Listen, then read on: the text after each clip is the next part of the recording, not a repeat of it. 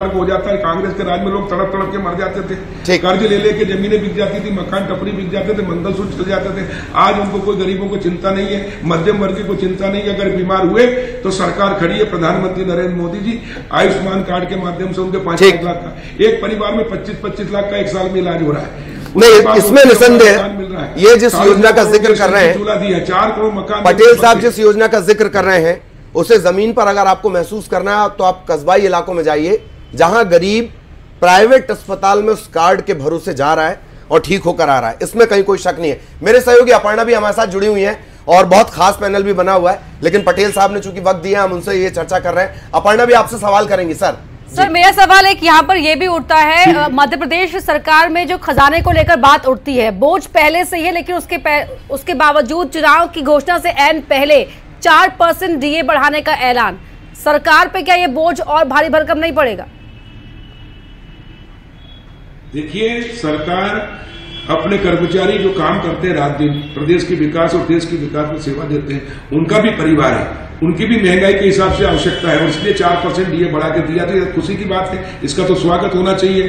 दूसरा, हमने टैक्स भी बढ़ाया, सरकार की आय भी बढ़ी है और सरकार का खजाने भी बढ़ोतरी हुई है। हमने जहां जहां लूपहोल्स थी उसको रोका है, हमने करप्शन पर रोक लगाई है, हमने वसूली ज्यादा की है और उसके कारण प्रदेश के विकास में हम 4 चांद लगा रहे हैं। हमने 65 लाख हेक्टेयर में सिंचाई कर रहे हैं। कांग्रेस की सरकार थी 50 साल, 7.5 लाख हेक्टेयर में सिंचाई थी अंग्रेजों के समय से, वो राजा महाराजाओं के समय से लेके। लेकिन भारतीय जनता पार्टी की सरकार 2003 में आई और आज 2024 है, हमने अभी तक 46 लाख हेक्टेयर में सिंचाई कर दी है और 65 लाख तक हम 2025 तक ले जाने वाले। हमने गांव में सड़कों का जाल बिछा दिया, गांव-गांव में सड़कें बना दी है, हमने बिजली गांव-गांव घर-घर तक पहुंचा दी है और आज गांव-गांव में CM rise school, PM Shri sir सब कुछ कर दिया है, लेकिन उसके बावजूद कार्यकर्ता आपके निष्ठावान है, समर्पित हैं। बीजेपी लगातार कहती है सबसे बड़ी पार्टी है, लेकिन फिर भी कांग्रेस के कार्यकर्ताओं नेताओं के दरवाजे आपने खुले हुए हैं, खुले बाहें पसारी हुई है। आपके पास लौटूंगी सवाल के साथ, लेकिन सूर्य प्रकाश जी एक आखिरी कमेंट आपसे लेना चाहूंगी यहाँ पर। देखिए, अभी जो प्रश्न पूछा था कि नीति आयोग के आंकड़े और जो 81 करोड़ लोगों को खाद्यान्न दे रहे, सुनिए, मैं इसके ऊपर आपको स्पष्ट कर देना चाहता हूं कि आप इस चीज की डेफिनेशन इससे ना करें कि जिनको भी खाद्यान्न मिल रहा है वो गरीब हैं, क्योंकि गरीबी रेखा से जो लोग बाहर निकल के आए हैं 25 करोड़ लोग, क्या आपको लगता है कि यदि उनकी जो भारत सरकार के तय पैमाने हैं उनसे ऊपर वो निकल के आए हैं तो क्या वो उच्च वर्गीय पहुंच गए? नहीं।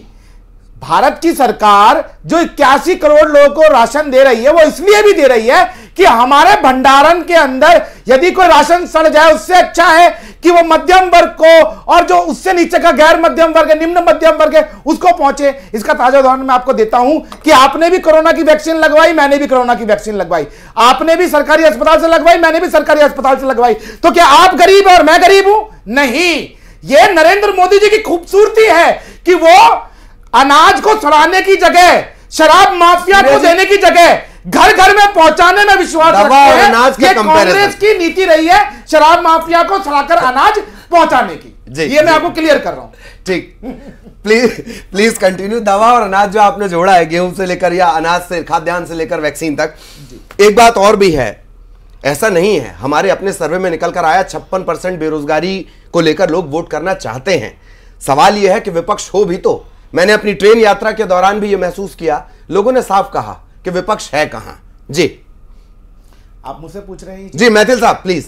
देखिए, आपने कहा 56% बेरोजगारी, मैं पहले आपसे यह पूछता हूं कि यह आंकड़ा आपने कहां से उठाया, मुझे इसका उत्तर दीजिए। देखिए, एनएसएसओ जो है वो आंकड़ा नहीं देता है। नहीं, 56% लोगों ने कहा कि बेरोजगारी बड़ा मुद्दा है। देखिए, मैं आपको बता देना चाहता हूं कि देश के अंदर जब नरेंद्र मोदी जी ने सरकार संभाली थी तब इस देश की एक कील से लेके और जहाज तक चीन से बन के आता था। ये जो नरेंद्र मोदी नाम के एक करिश्माई व्यक्तित्व है, उन्होंने भारत में जब से सत्ता संभाली make in India, made in India के माध्यम से देश को उपभोक्ता से उत्पादक के रूप में शिफ्ट किया है। देश के अंदर इंडस्ट्री लगाने, स्टार्टअप कराने, यूनिकॉर्न बनाने और उसके अलावा के उद्योग वर्ग को प्रोत्साहित करने का काम इन्होंने किया है। और मैं आपको बता देना चाहता हूं कि मुझे नहीं पता आपके कौन से सर्वे हैं, लेकिन आज देश की जनता तो यह बोल रही है कि आज हम भारत में किया था सूर्य प्रकाश महथिल जी। 3 बड़े मुद्दे थे महत्वपूर्ण। पहला मुद्दा 56% लोगों ने माना कि रोजगार एक ऐसा मुद्दा है,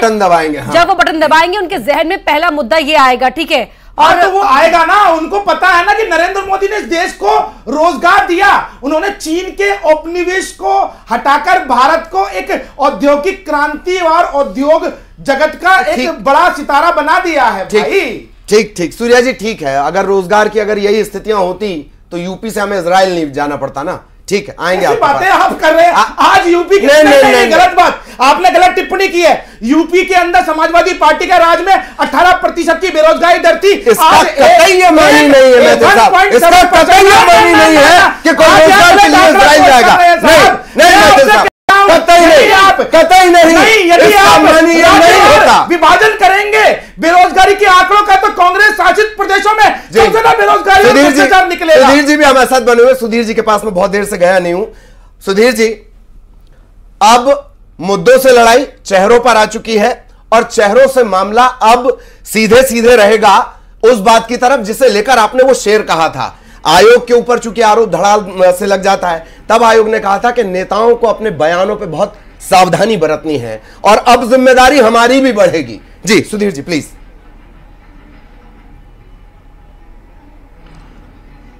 बिल्कुल, निश्चित तौर पर। और लोकतंत्र का जो सबसे बड़ा पर्व है वहां पर मीडिया और खास तौर से नेटवर्क 18 समूह जो है वो हमेशा बड़ी जिम्मेदारी निभाता रहा है। पूरे जिम्मेदारी के साथ, तथ्यों के साथ और सच्चाई अपने दर्शकों तक पहुंचाने का प्रयास करता रहा है। आपने विधानसभा चुनाव में भी देखा होगा और हम हमेशा से कहते आए हैं कि चुनाव मतलब न्यूज, और उसी जिम्मेदारी को लोकतंत्र के इस बड़े पर्व में भी हम उसी शिद्दत के साथ निभाएंगे। जो बात ललित अभी आपने कही थी, जहां तक सवाल चेहरों को लेकर लड़ाई का है, जहां तक बयानबाजी का है और जहां तक तथ्यों का है, एक बात चुनाव आयोग ने यह भी कही है कि जो तथ्य होंगे उनको न किया जाए, विज्ञापन में और समाचारों में और यानी कि खबरों में यह फर्क करना होगा और इसको समझना होगा।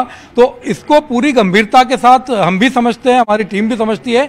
और जहां तक जो अलग अलग चेहरे शामिल होंगे, पार्टियों में जो लोग शामिल होंगे, वो पार्टियों की नीति रीति है, वो पार्टियों का काम है कि उनके पास जो लोग आएंगे या जो लोग पार्टी छोड़कर जा रहे हैं उनके प्रति वो कैसे रवैया अपनाते हैं। लेकिन चुनाव आयोग ने यह स्पष्ट कर दिया कि व्यक्तिगत कमेंट नहीं किए जाएंगे, नफरत किए जाने वाले कमेंट वो भी नहीं किए जाएंगे। एक बहुत बड़े जो चीज है ललित, आप देखना, चुनाव में हमेशा पैसों को लेन देन के आरोप लगते हैं और पैसों की हेराफेरी के आरोप लगते हैं कि पैसा पहुंचाया जा रहा, पैसे दे के वोटिंग हो रही है। तो चुनाव आयोग ने एक नई चीज इस बार लाई है कि जो हवा में जो पैसा उड़कर पहुंचता है, यानी कि हेलीकॉप्टर के जरिए, चार्टर प्लेन के जरिए जो पैसा पहुंचता है, इस बार उनकी भी जांच होगी। तो कहीं ना कहीं राजनीतिक पार्टियों के लिए बहुत बड़ी खतरे की घंटी है, क्योंकि पहले ऐसा नहीं होता था कि हेलीकॉप्टर के जरिए अगर पैसा जा रहा हो तो उनकी जांच नहीं होती थी। अब हेलीकॉप्टर और चार्टर प्लेन जैसे ही लैंड करेंगे उनकी जांच होगी। तो कहीं ना कहीं पैसे का जो मामला है, और चुनाव आयोग लगातार चुनावों को जो पारदर्शी बनाने के प्रयास कर रहा है उस दिशा में इसको एक बड़ा कदम ललित माना जा सकता है।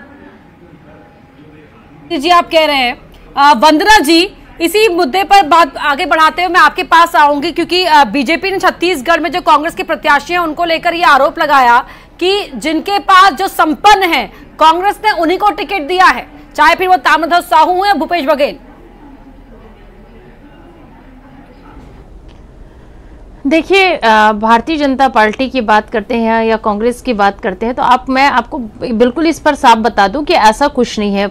जो अगर सबसे बड़ा यदि लोकतंत्र की पार्टी है तो कांग्रेस पार्टी है और लगातार जो कार्य कर रहे हैं, और जो लगता है कि नहीं हमको, क्योंकि चुनाव में हम वही कैंडिडेट को आगे करना चाहते हैं कि जो वाकई में जो जीत करके आ सके